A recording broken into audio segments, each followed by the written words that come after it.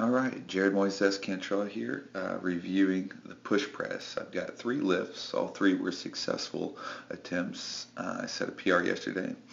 Second lift was a little bit sticky, and which actually gives us an opportunity to look at some of the common faults and common reasons why people miss the lifts. So this is the first lift at 225. And we're going to go ahead and look and make notes of the starting position. So a couple things to notice right off the bat is that the body is certainly in a straight line here. There's virtually no angle throughout the body. People often ask about the hands. Do I grab the bar? How wide do I grab? That sort of thing. Since we don't have a front view, I just have to go ahead and tell you, I do absolutely recommend grabbing the bar on the press and the push press. Well, you absolutely have to on the press. On the push press, there's a little bit of variation in thought, but I grab the bar firmly in my hands. I have relatively good flexibility. My elbows are not as high as they would be on the catch and a jerk for sure, and I want you to, even though it appears that they're very high, they're still quite a bit lower. On the jerk, I would have them up above 100 degrees. I do have a full grip on the bar. Second thing to talk about is the first dip, and the only dip in the push press. Okay.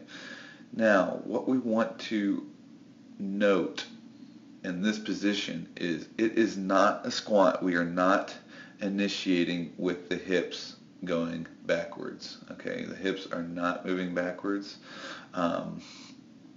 We have what we call a trap door. Okay, trap door meaning if you were to look at me from above this line, so there was a wall right here.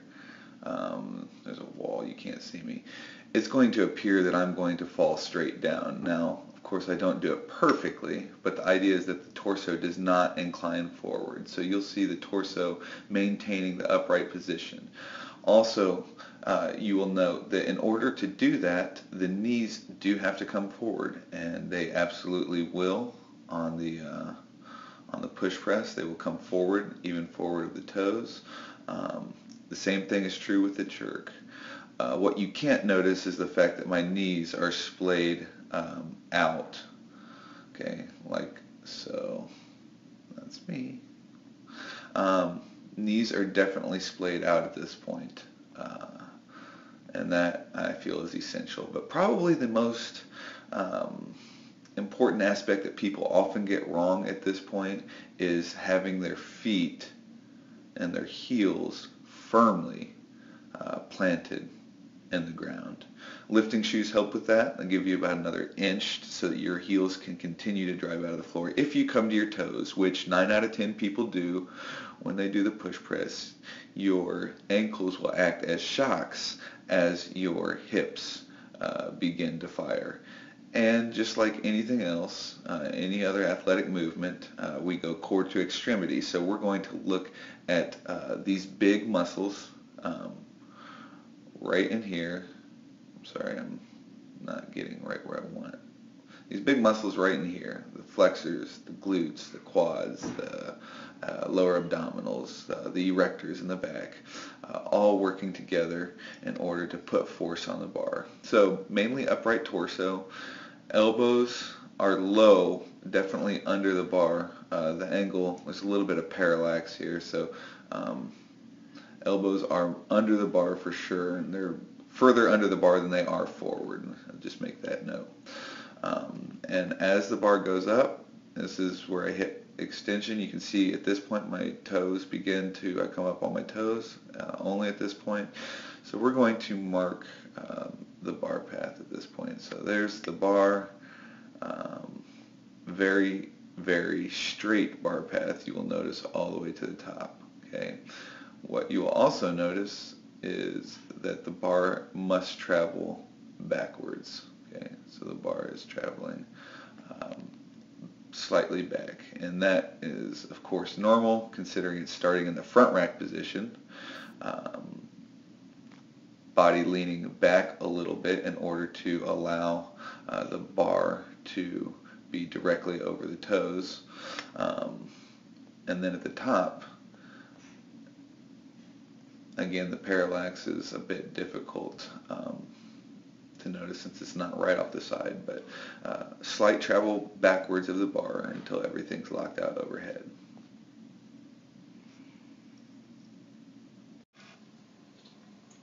Alright, this is my second lift at 255.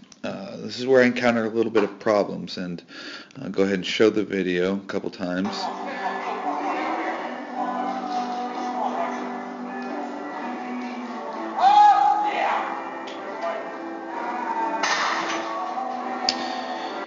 It's not horrible, but I want you guys to notice that I get stuck in a position. Again, notice the torso angle staying relatively the same. Okay, there's no big incline forward. There's no lean forward. If there's a lean forward, the head will get in the way of the bar. You will not have to be able to have that travel backwards of the bar, which is necessary in the push press and even in the jerk. And so if you think about it, when you miss a jerk or a push press, do you miss it forward or do you miss it backwards? Well, rarely, if ever, I'm trying to think myself, have I seen someone miss a jerk behind their back, unless it's at the very, very, very top. Okay, so I get stonewalled. Okay, you can see there's several frames there as the bar goes up. Bar pass is not horrible. It's not bad. It goes a little bit back, but then what happens? We're always telling you to what? What would you tell me in this position? Shoot my head through. I refuse to do it for a few seconds. The bar begins to travel forward, as you see there. Right there, slight travel forward, and then I remind myself to shoot my head through, and what happens as soon as I do, the bar just flies up. So, really, really is true. Once the bar gets past your head, you want to shoot your head through, and that bar getting forward will cause great deal of issue. So here's the bar. I'm still got good angle. Still have a pretty good angle. Here's my shoulder to the bar, and it's over this. I'm sorry. It's over the center of my foot, which is all good. The problem that often arises, and the reason why people miss the lift virtually every time, is because we'll see the bar travel forward and be somewhere here. If the bar gets here, okay, if the bar gets here, we have the bar in front of the foot. It's no longer over our center of mass. Our angle of arm press to the bar, this little yellow thing here would be my arm. I have an extreme mechanical disadvantage pressing in this position. If you notice that little angle, that yellow angle as my arm, extreme mechanical disadvantage there as opposed to here. I can push so much harder, put so much more force on the bar if it remains over my feet rather than it getting out in front of me. So that's the importance of getting the head back out of the way, keeping the torso upright. Torso is leaning forward. Where's the bar going to go as you push it up? It's going to go forward, and you will miss the lift. So keep that barbell over your feet throughout the entire lift.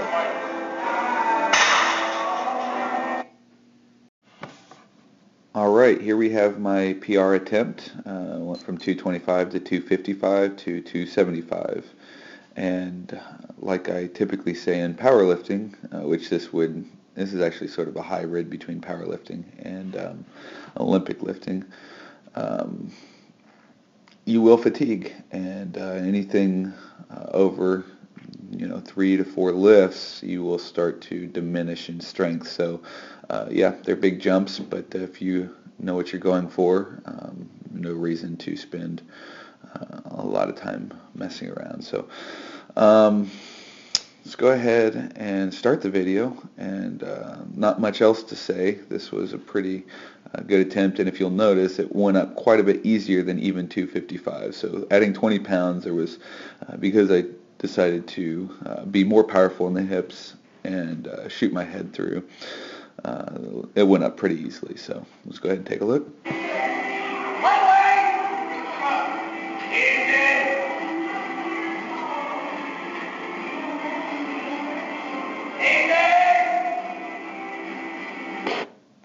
Alright, now really the most important part of this video happens after the lift. So have a good lockout, perfect position there. Typically it's my mode to drop the weight behind the head after a lift, PR. And so right here, and this is where slow motion, you see the hands rotate out, elbows back, chicken step, and crab kick with a small fake punch. And we'll go ahead and see that one more time.